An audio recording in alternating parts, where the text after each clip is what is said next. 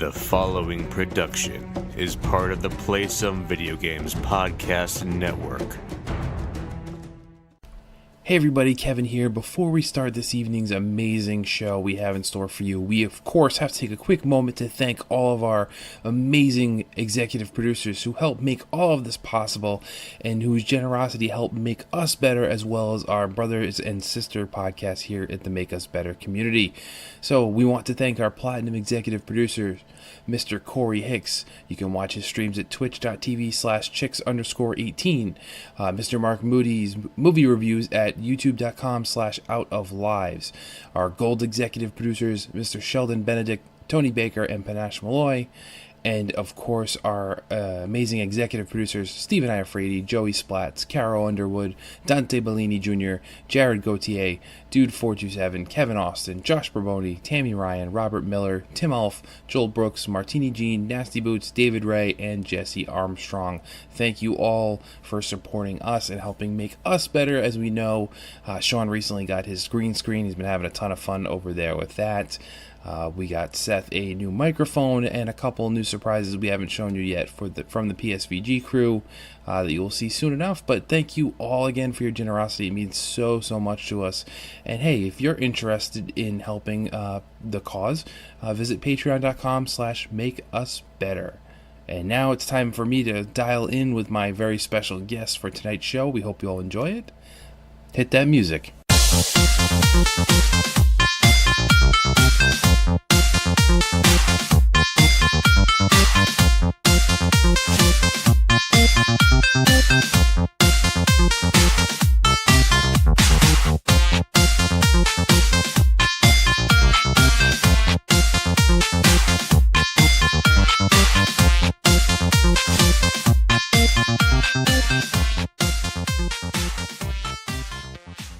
Hello, everyone, and welcome to this week's edition of Play Some Video Games, the flagship show of the PSVG podcast network.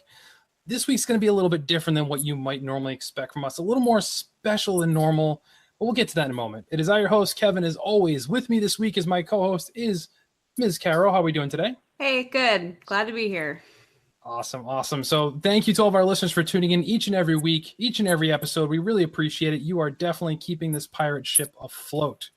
So this week, the little special we've been talking about and teasing out there, if you've been following the Twitter, you know we've mentioned it a few times here. We have an amazing opportunity to talk to the authors of A History of Video Games in 64 Objects. Thank you so much for joining us, fellas. We have JP Dyson and Jeremy Saucier, who are the authors of this with us. We're lucky to get them both here. So why don't you guys tell us a little bit about yourselves, your background, your role in the Museum of Play, and we'll go from there. Sure. I'll start off. I'm JP Dyson, as you said, and I'm Vice President for Exhibits and Director of the International Center for the History of Electronic Games at the Strong National Museum of Play in Rochester, New York. And we're a museum dedicated to the history of play. We have the world's largest collection of playthings, toys, dolls, games, and video games, more than 60,000 video games with hundreds of thousands of archival materials. And that's really where this book came about, that I worked on with Jeremy, and I'll let Jeremy introduce himself. I'm Jeremy Saucier. I'm the Assistant Vice President for Interpretation and Electronic Games at the Strong. I work with JP, in particular with our World Video Game Hall of Fame and our International Center for the History of Electronic Games. I also have the enviable job of being the editor of the Strong's American Journal of Play, which is really the leading scholarly journal on the study of play. That's awesome. So the Museum of Play, that just in itself sounds amazing and like a joy. It's like when you're a kid and you don't know any better and you're like, hey, I'd love to work in a toy store. And then maybe you get to be a teenager or adult and you're like, working in a toy store is horrible. I don't imagine that this is the same type of experience for the two of you at all. Now, is it? No, it's really an amazing experience to work there. I mean, first of all, we have just incredibly talented colleagues that we work with. But as you said, it's just anyone who loves play and games couldn't imagine a better environment to work in than at the Strong. It's a very interactive museum. So part of what we do is creating exhibits that not only tell the history, that feature artifacts like the ones in the book, but also tell the story, the history, and then find lots of fun ways to provide interactive, fun experiences for guests, whether that's playing on a giant NES controller, playing Mario, or it's playing in a full retro arcade, or doing things that are more hands-on or related maybe to board games or other things. So it's really a fun place to work, and one that I never expected to be working in. When I was younger, my mom used to complain to spend all my time playing games, and so now it's going to pay back to her, I guess, or something like that. Yeah. I've been here 20 years, and Jeremy, you've been here at the museum about how long now? About 6 years, yeah. And like JP, actually both of our backgrounds are we have PhDs in history, but I don't think either of us necessarily ever expected to be. I wasn't sure that I would be at a museum. Certainly didn't expect that I would be at a museum of play, or that one would even exist. So, we kind of hit the jackpot there. Yeah. It's amazing. So speaking of amazing now, so let's get to the main subject, the reason we have you here. I'll tell you, everybody that's listening right now, I got the package in the mail when I ordered the book. Tore it open. It was in the Amazon package here, and I was not expecting this to come out of it. If you're watching the video version of this is legit like a school book, and I say that in the highest of praise. Like I made the purchase. I was like, okay, it's going to be a book. I've gotten coffee table books with some video game art, or you see like the literature, you see like Game Over, novels, stuff like that, talking about the video game industry. And I have yet to get something that looks and is as thorough as this. Hardcover, solid. It's just amazing. So for those of you who are not familiar, the premise of the book is 64 objects tell the history of the revolutionary impact of video games over the past 50 years. From Pong to Pokemon Go, from mainframe computers to mobile phones, travel through the history of video games as it's never before been presented. And I can say, as you go through, it covers, obviously in the title itself, 64 different objects that were crucial or influential in the history of video games, and then gives you like an essay on it. So it's not just a picture and a brief summary and then you flip to the next page like coffee table books might be. This has a lot of homework in here.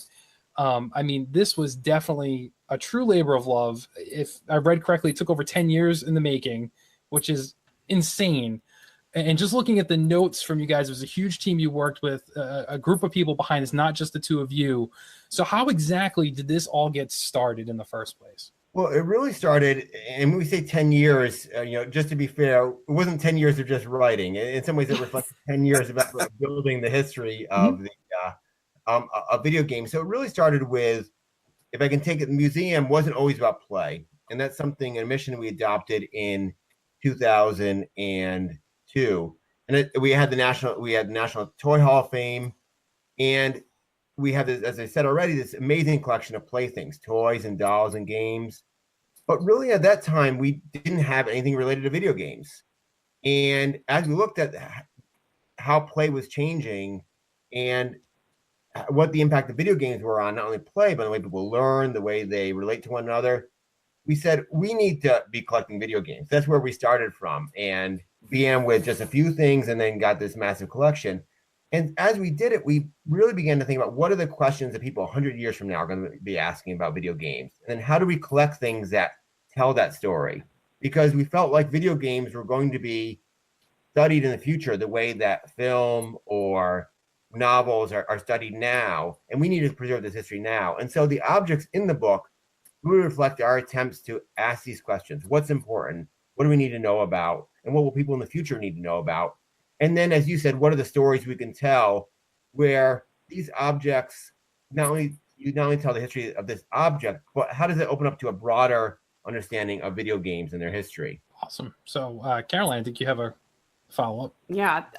When I was looking at it and reading it, the first thing that I came to mind was, how do you even whittle down like games to include in this book? So, the devices and the games that you have, that you've selected for this book, what was the process for curtailing everything and just picking certain things in there? Was there like infighting and arguing between anybody in the process of making this? It's like, no, I want this one included, but we can't include this one. What was that kind of process like? Well, I think a lot of it began with the fact that the book is a production from the World Video Game Hall of Fame.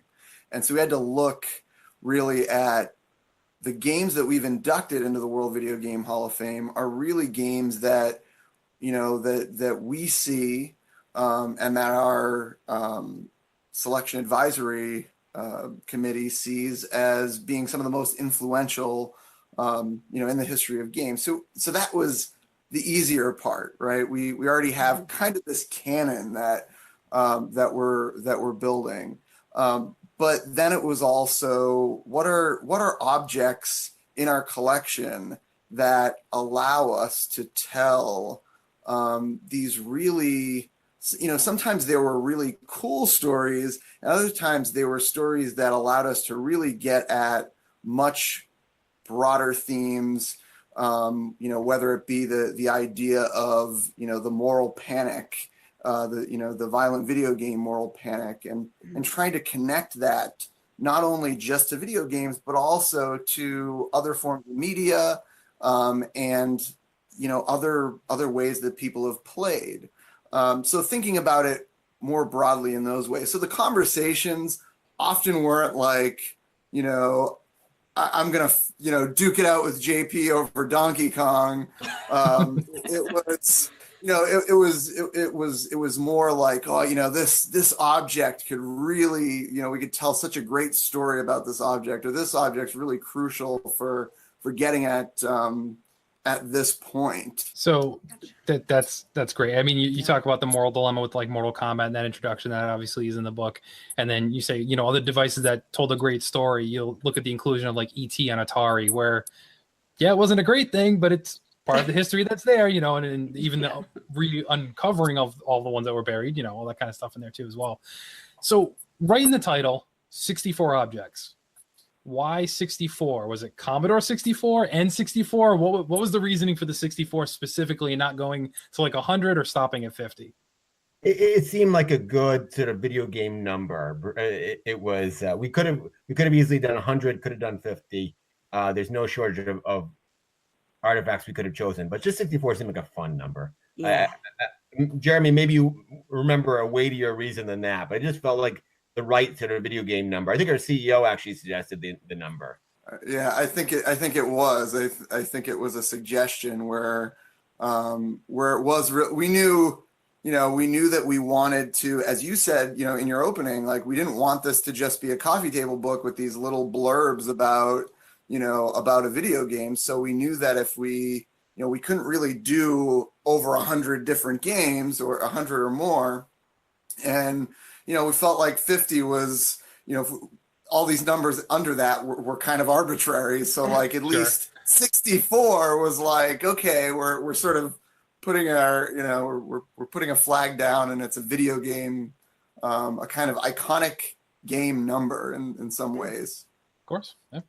Yep. I when I looked at it and I said it out loud, I was like, N64. Like the Nintendo 64, right? So Right. I thought it was kind of like a pun off of that. But yeah, Kevin brought up Commodore 64, and I completely forgot about that. But I just, it's I'm older. great. That's why it's what it is. I remember those things. She's young and she doesn't remember that. Whatever. Well, and that's actually, it's interesting. This idea of generations is one of the things that we wanted to get beyond, because oftentimes I get asked the question, what's the first video game? Well, there's no real easy answer to that. And my sort of pat answer to that is the first video game that you played and fell in love with. And so for most people, their memories or their knowledge of video game history sort of extends from a time they're maybe like 7 or something when you first become aware of that. And really like probably about age 12 or 13 is a high water mark of your video game experience. Absolutely. And so what we wanted to do was to go back farther and say, okay, oftentimes there are antecedents or these same themes appear. Jeremy mentioned moral panics, and Kevin, you mentioned, Mortal Kombat, which is the classic example. But one of the things that was fun to talk about in the book was to go back to 1976 in a game called Death Race, which was an arcade game that really launched the first sort of moral panic over video games. And if you look back at the graphics now, and the premise of the game was that you were driving a car and trying to run over these little stick figures, which were called gremlins. And when you ran one over, it turned into a gravestone, a cross. And it's like something you would have drawn in 3rd grade. I mean, it's that level of graphic realism. And yet, there was this full-blown moral panic over this, that this was going to be the end of American society. And some of it is, okay, well, first of all, this is a revolutionary new medium. You think about this.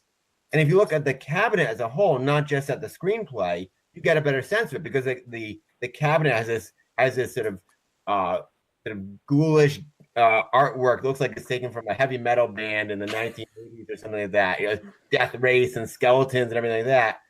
And you can see how they use the artifact as a whole, not just the screen and the game itself, to convey this sort of edgy message that really, as I said, when you look at the game itself, play itself, it's pretty non-offensive, but it tells the story of moral panics, which goes forward into something like Mortal Kombat or Doom or whatever game today, Grand Theft Auto, whatever game today is the latest thing to be concerned about. Or even earlier, going back to something like pinball, where there's this moral panic over pinball.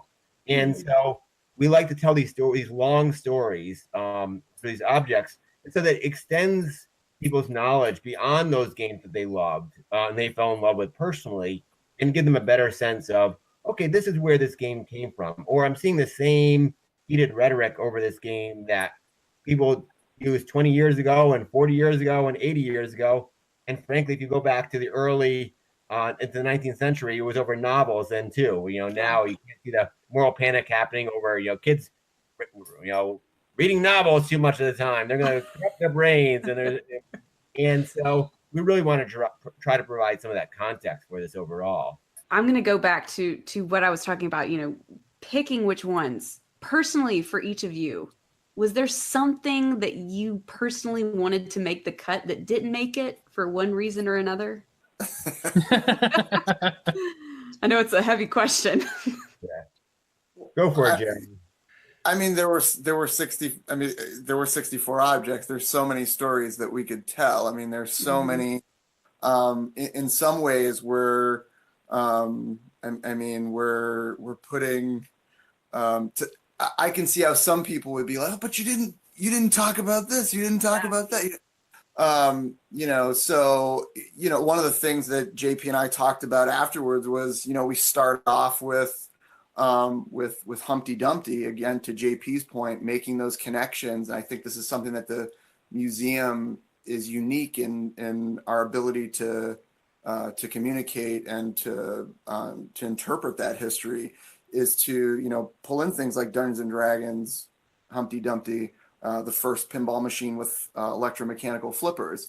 But we kind of start with that story of Humpty Dumpty, but we never really go back to pinball. And I'm kind of a pinball guy. And so one of the objects that I would have loved to have talked about is a game from 1999 called Revenge from Mars. And it was one of Williams, who was really the premier pinball manufacturer, from the 70s through the 90s. It was one of their last pinball machines. And, if you don't know this story, it's, toward the end of the 90s, you get through the mid to the late 90s, the pinball renaissance of the early 90s was kind of over. Yep. And the pinball industry was in a crisis. And, when you look at that documentation, you look at the conversations that are going on there, they're trying to figure out, how do we bring people back into the arcades? How do we get people to play pinball? And they had tried in the past with games like Caveman, which, and Baby Pac-Man, these sort of hybrid games from the early 80s where they just dumped a CRT monitor into the playfield. But this one used, this Revenge from Mars game on this Pinball 2000 platform. It actually used this really old trick that's been used in sort of Magic and certainly in museum exhibits, but in the coin op industry, this idea of Pepper's Ghost, where you're using mirrors and reflective surfaces to project things, make them look like they're sort of floating in where they're really not. And so it projected a video game onto a pinball machine playfield. Wow. It was really this interesting moment where pinball was really kind of coming to a head, where people thought, is this the end of pinball?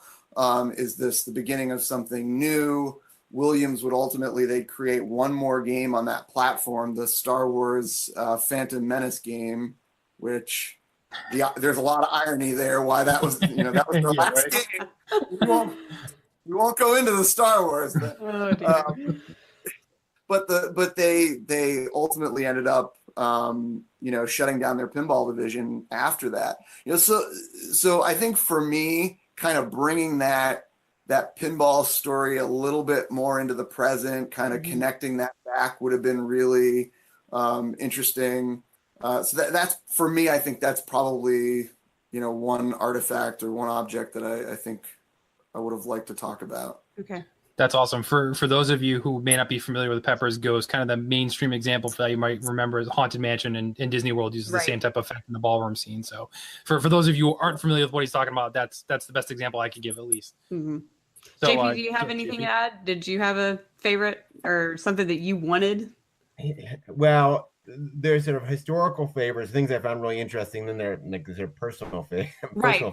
Well, I mean, anything really. Yeah. So a couple things, and I'm probably revealing my age, but I go back to some of these early text-based adventures. Oh, me too. Don't worry about it. Zork or that sort of thing. And there's a game called Colossal Cave Adventure, which preceded Zork. We talked about it a little bit, but it would have been nice to go into it a little bit more. And because it's created at the moment when actually the ARPANET, which is the predecessor of the internet, is emerging, and it's shared that way. And that's one of the stories we like to talk about is how our games shared. And so it would have been good to talk more about that. And then I think another one is I'm a huge Age of Empires fan. Age of Empires, so good. And we just came across, actually, after we'd done the book, we just discovered that we had early builds of Age of Empires that had been donated by Bruce Shelley, one of the donors. And so it was a process of digital archaeology of going through these materials. And our digital games curator discovered we have this Rise of Man. Jeremy, is that the name of it? Dawn of Man. Dawn of Man. Yeah. So being a huge Age of Empires fan, I would have loved to have gone to that whole history in their games like Dune 2 and that sort of thing that really could have gone more into that direction. So I definitely think anyone who picks up the book who loves video games will find something we didn't include. And be absolutely. What are you doing? That's crazy. But oftentimes we're going not only for what was a significant game, but what was an interesting artifact. And again, as I said, some of it precedes most people's living memory. One of my favorite items we actually have at the museum is a tic-tac-toe game from 1963 that this guy created as a high school student, and it's made out of telephone relays, and it has some like 200 of these relays. It's an incredible machine.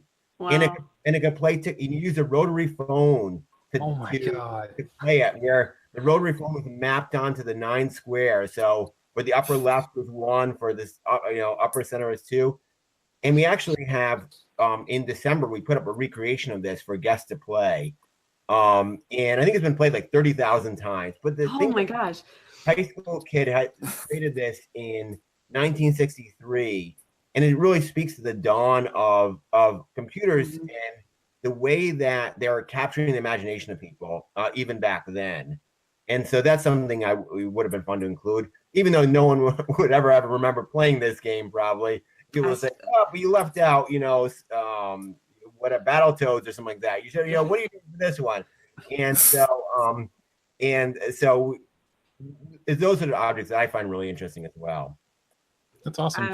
That would have been amazing to play. Like, I mean, for 1963, what a feat. Yeah. Well, if you come to the Strong National Museum of Play in Rochester, New York, you can. No, I've got to make the trip for sure. Yeah, including Moon Patrol, which is one of my all-time favorite arcade games, which did not make the book either. So. Oh, okay. Just to mention something quickly, JP makes a really interesting point where he brings up Colossal Cave Adventure, because one of the things, going back to your question about how we chose these objects, is that we had to grapple with this idea of what is the object to represent something. And so when you have something like Colossal Cave Adventure, you really are asking, what is the object? What's left behind by games that were played on mainframe computers or mini computers. So at the end of the book, we get to where we're, talking about that dragon Cancer, and we're like, well, we don't have a physical copy of that game, right? So what is the object?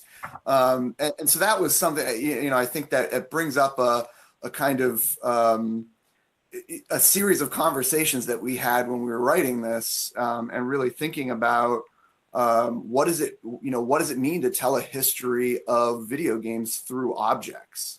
And certainly sometimes it meant that the game, what was left of a game was, so in the case of John Bergson's baseball game from 1960, it's printouts that kind of document what that game was, but then you've got something like an ET cartridge that was excavated from New Mexico landfill. So so I think that was sort of an interesting theme that sort of continued throughout our conversation. It's true. So continuing with the theme of the stories and what's behind there too, clearly your jobs are not typical 9 to 5s. Let me come in, punch my clock and do my hours, punch out and go home. This book certainly is something that is above and beyond what is probably your normal job description doing what you guys do. What kept you motivated and dedicated to putting in the extra time and effort into this project as well as your normal job? And was there any point that the project was in doubt? Because this was a big feat involving a lot of people and a lot of curating and stuff. Was there any point you kind of this isn't going to work, or, you had to really kind of break through barriers to make it happen? I'll let you. We work with a lot of amazing people, as I said already. And so I think usually when the museum commits to doing something, it gets it done. So the museum was very supportive in terms of, helping us get the time, and working with a lot of amazing people who made it possible to do this. So I think it was not it was very much a group project. This is, our names are in the introductions, but really this reflects a lot of work from a lot of people. And so it's not by any means just confined to us. So that made it doable. If it was just us, we would be having this conversation 8 years from now, probably. So, Jeremy, I don't know if you want to add anything more to that. Well, yeah, I mean, everything that we do at the museum, we talk about this all the time. I mean, there's just nothing that you can get done, and do it well to really the level that we all expect of each other without other people's help.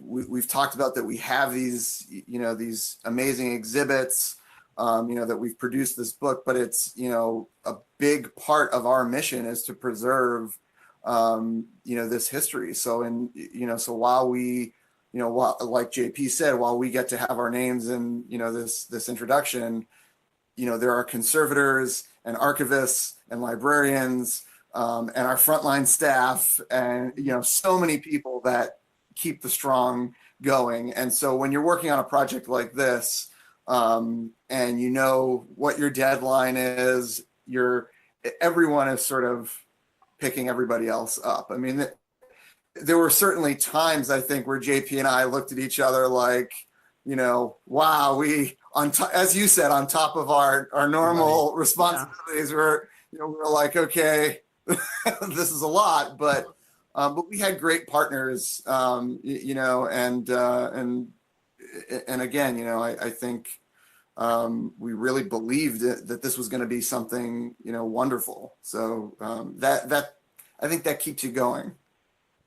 And it is wonderful. I'll tell you that much. All right. One of my favorite things in this book is the second entry, and it's Tennis for Two. And this is a game for people that will read this and you'll figure it out. It was lost to us until Brookhaven recreated it some 50 years later.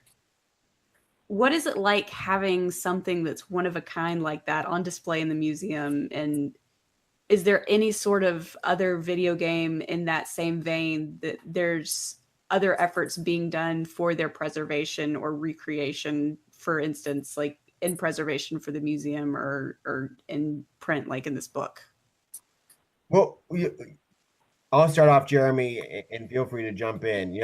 First of all, in terms of objects like that, I mean, one of the things we talk about, what we want to feature in the museum. First, we have like more than 500,000 objects in the museum, so it's a huge amount of things, and that's not even counting all the archival items that we have, which are hundreds of thousands. But when we put things on display or feature things, I often use the term remarkable objects that people will want to remark upon because they're really interesting, or I want to share this with others. So those are things we look at. So whether it's like the prototype for asteroids, for instance, with a hand painted art on the side there, it could be something like that, or it could be something like the chip plot, for instance, which was used for home Pong. And then when we display that, we try to make it so that we had a light table underneath it. So just the beauty of the physical objects shown really well. And so I think that's really something key in terms of preserving things. That's an ongoing, incredibly interesting topic of how do you preserve a video game, and one that we're involved in, but a lot of people around the world are involved in too, because there's this whole series of problems you need to solve, and it varies from the type of game it is. Something like with the Tennis for Two, that's getting this original analog computer equipment and resuscitating it in such a way to create this version of a game that was really put together as a demonstration project and then taken down. And but with what do you do with something like an MMO, for instance? How do you preserve that? That's a huge problem. So that's just one. We could probably have a whole podcast just in that. Right? No doubt. It's a fascinating topic. So then, JP, to continue the conversation around preservation and remembering, you guys are obviously historians by trade, preserving the memory of video games and history. So in the future, people can go back and learn about it like we do music and film today for some students. Where do you see the future of gaming in like the next 5 to 10 years? What do you see being the trends or the things that people are going to be looking at in the future? In terms of how people will be playing and that sort of thing in the future? Yeah. So, as you said, I'm a historian, so I wouldn't put your stock market bets on what I say. I think one of the things we're always interested in is play is deeper than video games, and video games are rooted in play. So, what are the elements? What is a universal about play? And then you'll see that. I think one of the interesting things about video games, first of all, and we've seen a lot of these trends already, is portability, always available. And I think the smartphone has really been a revolutionary device. I mean, we talked actually about having the iPhone as one of the objects in there, because you really make that point that is really key. And so key not only when you can play games, but who plays games. I feel like, when you talk about who is a gamer, well, I feel like anyone who grew up with a smartphone is in some ways a gamer. You may not have had an NES back in the mid or late 80s or something like that. So maybe you didn't play video games that much. But chances are, if you're anyone who's under a certain age, you've grown up with a smartphone, you played a game of some kind, whether you're playing Fortnite on your phone or your console, or you're playing Angry Birds. And so that universality of games, I think, is really key, and one of the things that people will be looking at in the future. When you start getting other things like VR, for instance, what will be the future of VR? I don't know. I think it'll be there in some ways. I think it's going to take a lot longer to really become a universal device in the way that the smartphone is. And it will probably use more for like simulation, that sort of thing. I think video games are really magic. Where video games are magic, which is usually often when people are playing with other people. AI, as amazing as it is, still can't compete with a computer that facilitates play between other people, which is one reason I think Fortnite has been so huge, as it just mentioned, and or MMOs or anything. When you're playing with other people, there's this rich range of possibilities for play that isn't necessarily there when playing AI, as good as the AI is. And AI keeps getting better and better, but we still sort of usually run out of possibilities. Even though I put in plug earlier for Age of Empires, where the AI is pretty primitive comparatively. You guys do the stupidest things, but I still manage to find ways to squander months of my life playing that game, often when my kids were after my kids were in bed, and so waking up groggy the next morning, having sort of conquered ancient Assyria or something like that. That's all too familiar to me as well. I'm with you there. So, Jeremy, the question posed is being a historian, obviously you guys are preserving the history of video gaming. Where do you see the future of gaming in the next 5 to 10 years or so? Yeah, no, it's difficult to tell. Right now, obviously, you can play anywhere, and I think that has it's never completely been like that. I mean, obviously, we talk about how there's a sort of longer history of mobile gaming. We're actually just going to be we've been working on an app actually that will be digitizing earlier handheld games in our collection. Nice. What we're sort of seeing as the very first mobile games. And when Jeremy says handheld, these are games going back to like 1880 where you roll the ball around the maze, that sort of thing. Like labyrinths and stuff. Yeah, exactly. Yes. That were the downfall of the presidency of Benjamin Harrison. This sort of thing.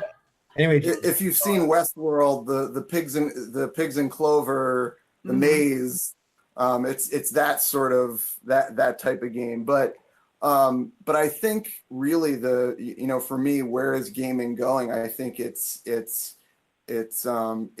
being accessible to everyone. I think it's being able to be played everywhere, whether that does mean that it's augmented reality, whether it's done through glasses, whether it's a very much more traditional handheld, whether it's gesture technology, or if you're doing it at home, you're doing it on your commute, you're doing it at a barcade or a museum, right?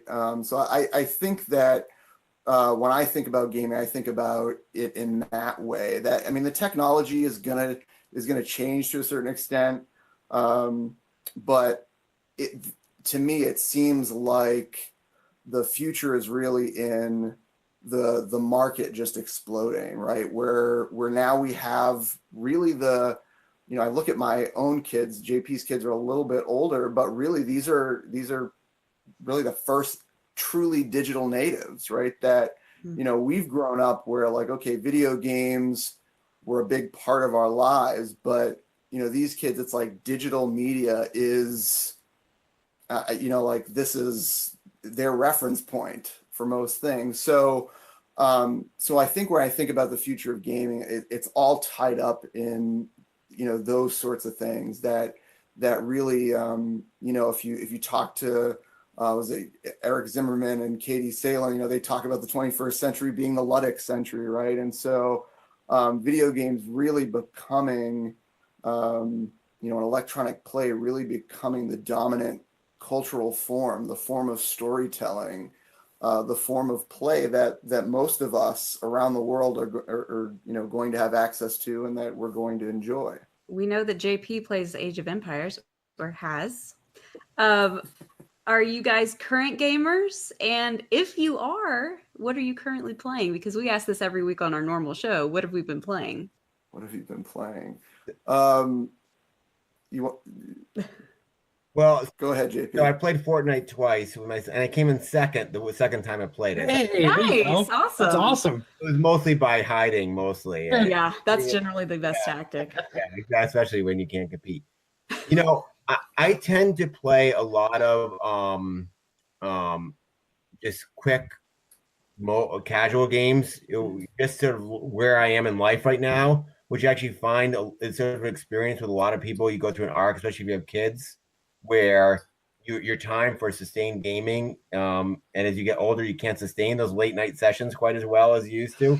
But it's actually sort of, and maybe this is, I don't know if this fits within the realm, but I'm a big chess player.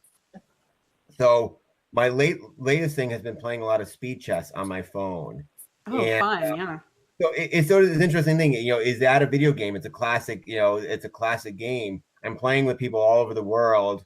And to me, that's just one of the game I just keep coming back to again and again. So I'll download something on my phone, I'll play it for a while, and then but then I just come back to the chess. So right now, I think my next game coming up is the new Call of Duty game. One of my you got to play that, and I'm a history guy, so I'm like, okay, I can do a little World War II here. I think. Yeah, for me, most of the stuff I've been playing with my son, who will be 4 in a couple of weeks, and it's mostly Mario Kart 8 and Rocket League on the Switch.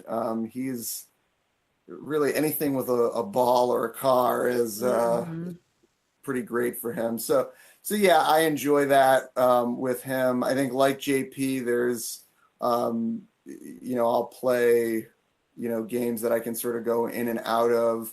Actually, over the 4th of July break, I picked up the new the remake of Crash Bandicoot. Oh yeah, and which brought me back. Yeah, so I played a little bit of that and then realized how hard it was again. And I was like, oh man. So yeah, I mean, but I think generally, and JP's heard me talk about this before, like there's the side where I love those really quick, almost the mobile arcade type experiences. But what I love to get drawn into are these games that really force you to like kind of think about who you are when you're playing them. And the example I always use is like The Walking Dead, where you're just like, would I really make that decision in real life? Yeah. Like, am I that much of a jerk? Would I let that person die? So I'm usually really interested in these sort of moral, the moral ambiguity sort of, types of games. If you're into that and you have a no, go ahead. Sorry. I just want to dominate and destroy my opponents. I don't want moral ambiguity. That's why I like Age of Empires. I don't want to think about it. Only wins in his world, no draws, no. No, exactly. Yeah.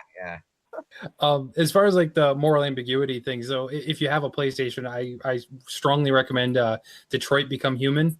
It's very much similar to Walking Dead, but it's the choices I've had to make, and I'm not done with it yet, have been absolutely gut-wrenching a lot of times, but the narrative is so incredible that it as great as The Walking Dead season 1 was, this is way beyond that in a whole nother world, but that's great. All right.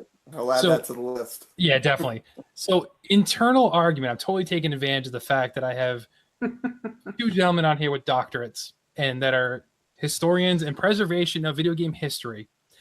I'm a classic video game person. I grew up with the Atari and worked my way through all the generations to modern day.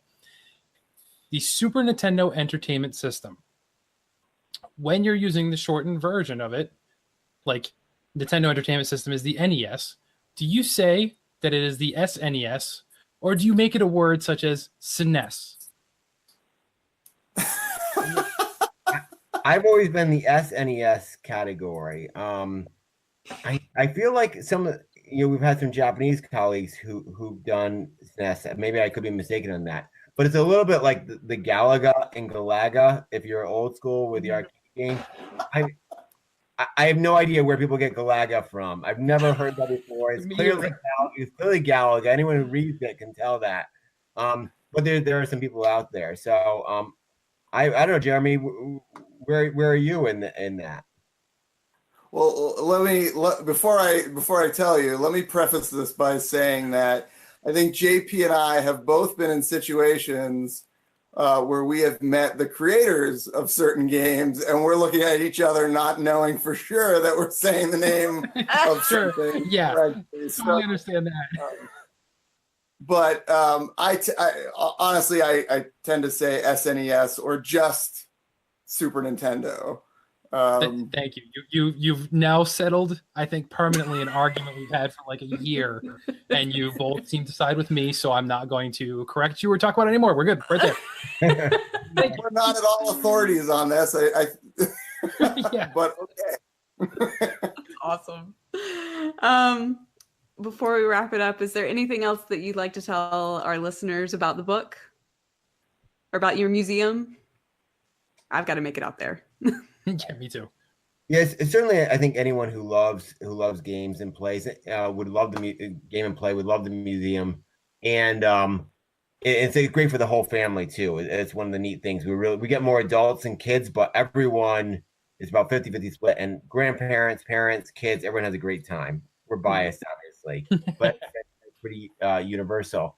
To me, the really interesting thing is that I liked writing the story, working in the book was getting at those stories that are there. And to me, that's a powerful thing about games. Why we love them is because they move us in some ways or they have meaning. And so for me, just one story we haven't talked about is one of my favorite stories is a thank you note that was in there. And it's from a Nancy Drew game. Yes. And it's one of those stories that it's from a Nancy Drew game. It was written by the parents of a girl who was part of the Make-A-Wish Foundation, and she loved the Nancy Drew games, which no one, not that many people talk about Nancy Drew games as hey, everyone play these games, but they were very successful games, very well done games, largely with targeted to girls, featuring Nancy Drew, and this girl, Rachel, had played the games and loved them and had cancer, and so her desire was to meet the team, to go visit the studio that made the game, and to maybe be in the game. And unfortunately, she got too sick to visit the studio, but the team went and visited her, and they featured her in the game.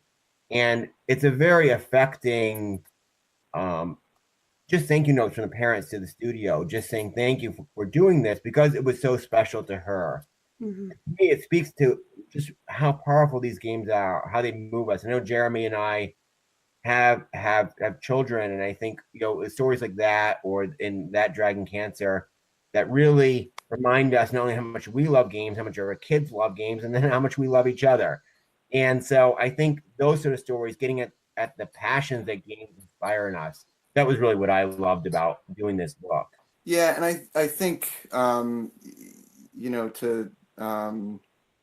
to build on that, I think for me too is that with JP and I as historians and trying to get at these stories, the other thing that I really appreciated was that I think when you look at this book, there are areas where you will find things that you will find people and stories that you just hadn't seen before, right? And maybe the best way to put this is that I think JP and I really wanted to tell an inclusive history.